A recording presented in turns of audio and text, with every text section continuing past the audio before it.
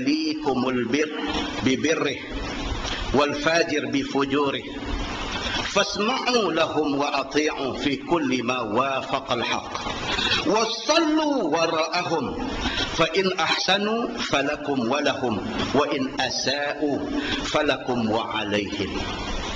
Abdullah bin Umar bin Al-Khattab dia baca hadis ni. Ini yang cantik sahabat-sahabat Nabi ni tuan-tuan. Dia tak emosional. Dia tak ada nak marah orang, dia marah serbu tu tak ada. Sahabat-sahabat Nabi kalau dia marah, kalau dia tak marah, dia ada pasal dia. Pasal apa? Dia baca hadis.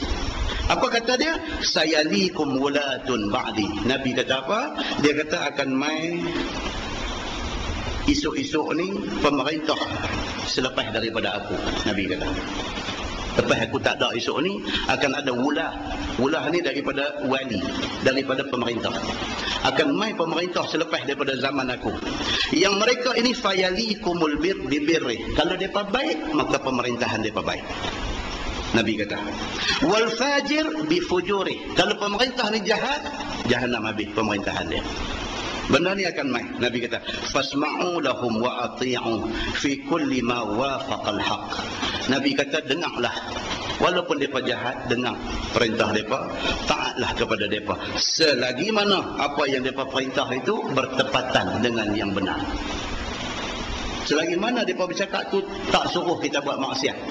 Kena dengar, kena taat. Nabi kata, wasallu wara'ahum. Yang ni yang dipegang oleh Abdullah bin Umar bin Al-Khattab. Dia kata apa? Wasallu wara'ahum. Semayanglah belakang mereka. Tak ada masalah.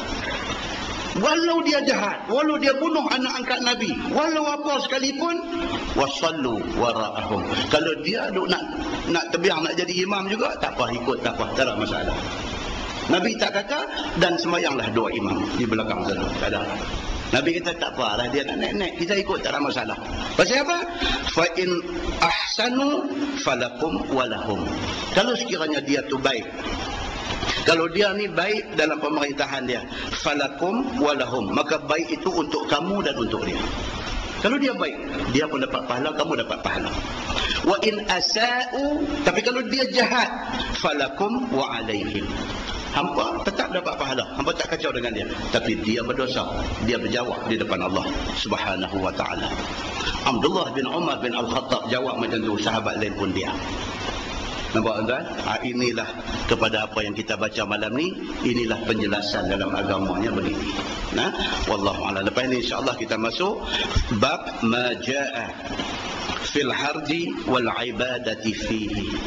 Bab yang akan datang ialah bab yang menceritakan tentang jadi haraj, jadi huru-hara, kacau bila bergaduh sama-sama orang Islam.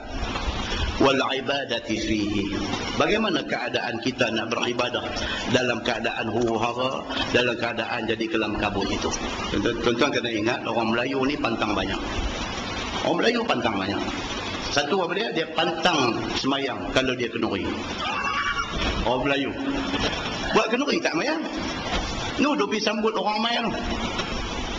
Apa duit dalam poket ni duk pergi salin buah dalam guni dalam bilik orang kali lah. Kembung aja pergi buah dalam guni mai sambut pula. Kembung aja pergi buah dalam guni mai sambut pula. Semayang dah. Zuhur tak semayang, asar tak semayang.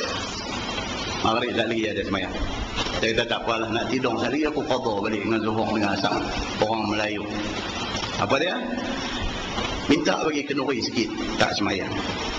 Sibuk menjaga, tak semayang. Dia menjaga pasal malam, tak semayang.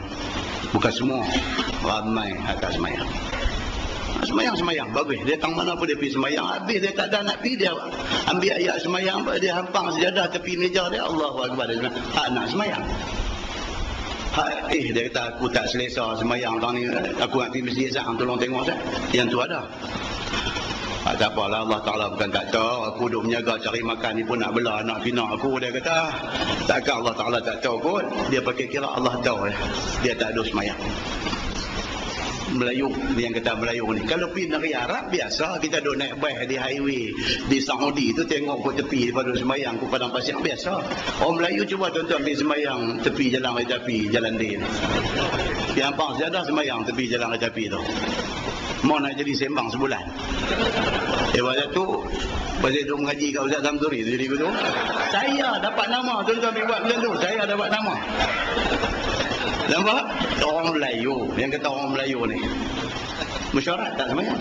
Mesyuarat. Tak semayang. Sibuk mesyuarat. Allah bukan tak tahu ni mesyuarat pasal nak bincang masalah negara. Tak semayang. Orang Melayu ni yang kata pantang orang Melayu dalam bab ibadat ni. Musafir tak semayang. Pergi umrah tak semayang. Pergi umrah naik kapal terbang tu dia tak semayang lah. Balik lepas pada buat umrah tawaf sampai nak patah tumit kasut. Balik main tak semayang. Naik kapal terbang tak semayang.